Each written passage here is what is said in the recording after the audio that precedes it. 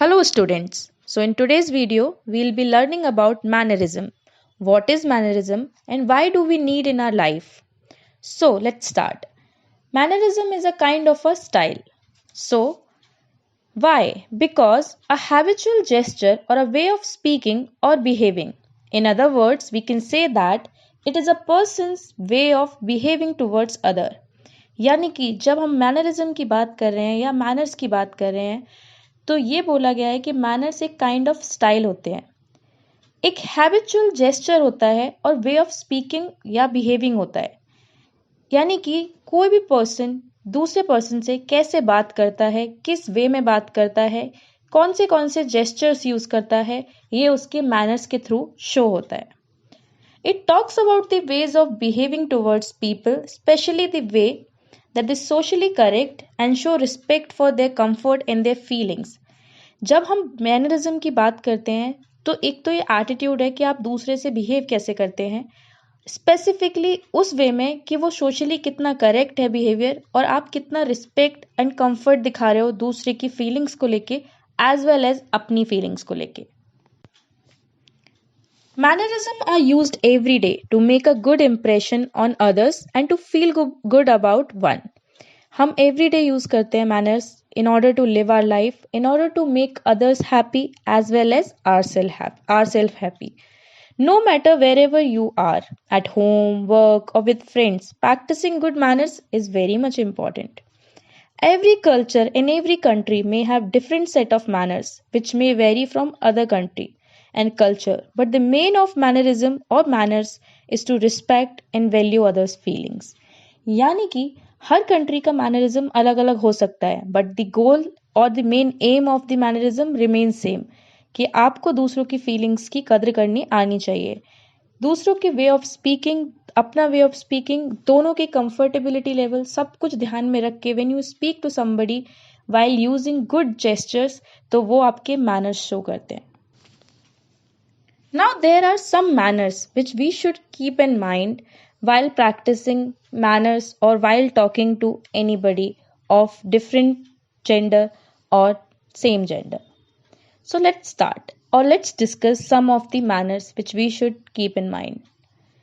First manner is be thoughtful, which means when you speak to somebody हमेशा सोच समझ के बोलें, कुछ भी ऐसा ना बोलें जिससे सामने वाला पर्सन आपकी बात से हर्ट हो जाए या उसको कुछ भी बुरा लगे या फिर वो अनकंफर्टेबल फील करने लगे। So give it a thought when you speak कि आप जो भी बोलने जा रहे हैं उसका सामने वाले पर्सन पे कैसा इम्पैक्ट पड़ेगा, पॉजिटिव, नेगेटिव या neutral. So you should be thoughtful about your thoughts. Second, be cheerful, which means when you talk to somebody always be cheerful. अपने फेस पे एक स्माइल के साथ बात करें। हो सकता है सामने वाले का दिन अच्छा ना गया हो या आपका भी ना अच्छा गया हो। जब आप स्माइल करके चीयरफुलनेस से दूसरे से बात करेंगे तो उसका ऑटोमेटिकली मूड ठीक हो जाएगा और आपका भी मूड ठीक हो सकता है। So always be cheerful while talking to others because maybe you can bring smile on somebody's else face, which is very much important in today's life। So when you talk to somebody be cheerful, हमेशा अच्छी चीज़ों की बात करें, positive manner में बात करें और दूसरे वाले को भी अच्छा फील कराएं जिस भी मैनर में आप बात कर रहे हैं उस मैनर में। Third, be generous, which means you should be kind when you talk to somebody और when you behave with somebody. Kindness कुछ भी कॉस्ट नहीं करती है, तो अगर आप जेनरस हैं, काइंड हैं, जब आप दूसरों से बात कर रहे हैं तो उनको आपका बिहेवियर बहुत ही अच्छा लगेगा और आपकी पर्सनालिटी भी काफ़ी पसंद आएगी। अगर आप किसी से बहुत ही रूड तरीके से बात करेंगे तो डेफिनेटली वो आपसे बात करना पसंद नहीं करेंगे और हो सकता है कि वो आपको बोलें कि आप में मैनर्स ही नहीं है, आपको पता ही नहीं है कि बात कैसे करते हैं। So you should be generous while talking to others and अपना काइंड हार्टेड होना भी अच्छी चीज़ है। So when you are kind hearted and you talk to somebody they feel good about themselves as well as about you. Be cooperative, which means अगर आप किसी के साथ मिलके काम कर रहे हैं तो कोऑपरेशन दिखाएं। ऐसे ही काम ना करें कि मैं अकेले काम करूंगा और सामने वाला पर्सन अकेले काम करेगा। व्हेन यू शो कोऑपरेशन तो वो यूनिटी शो करता है। एंड हो सकता है कि आपका बहुत ही अच्छे मैनर्स सामने वाले पर्सन को अच्छे लगे और सामने निकल के आए दैट आपका नेचर जो भी है वो कॉपरेशन में बिलीव करता है, ना कि डिवाइड एंड रूल में, which will build a good personality image. सबके सामने आपकी बहुत ही अच्छी इमेज प्रेजेंट होगी that you like to work in a unity और ग्रुप। एक साथ काम करना आपको पसंद है, ना कि सिंगल सिंगल काम करना पसंद है, which is a good sign when we talk about personality and which is a good sign when we talk about manners. Be helpful. Everybody knows कि हेल्प करने से अच्छा ही फील होता है। When we help somebody we feel good about us. तो help करते रहिए, बिकॉज जब आप किसी की हेल्प करते हैं देन जो भी आपकी इमेज होती है या जो भी आपका बिहेवियर होता है, जो भी आपके मैनर्स होते हैं, वो सामने वाले पर्सन को शो होते हैं that you have good manners. आपने जितनी भी डीड्स की हैं वो गुड डीड्स की हैं। एंड हेल्प करने से किसी का कभी बुरा नहीं हुआ, बल्कि आपको अच्छी डीड्स ही मिलती हैं। हमेशा you will get wishes that okay you have help me, thank you so much. People will be amazed to see that personality of yours and they will appreciate whatever you have done for them. Don't be bossy. Bossy मतलब कि dominating nature दिखाना। अगर आप किसी के सामने या किसी के ऊपर dominating nature शो करेंगे तो डेफिनेटली वो हमेशा यही बोलेगा that you do not have manners to act or to react.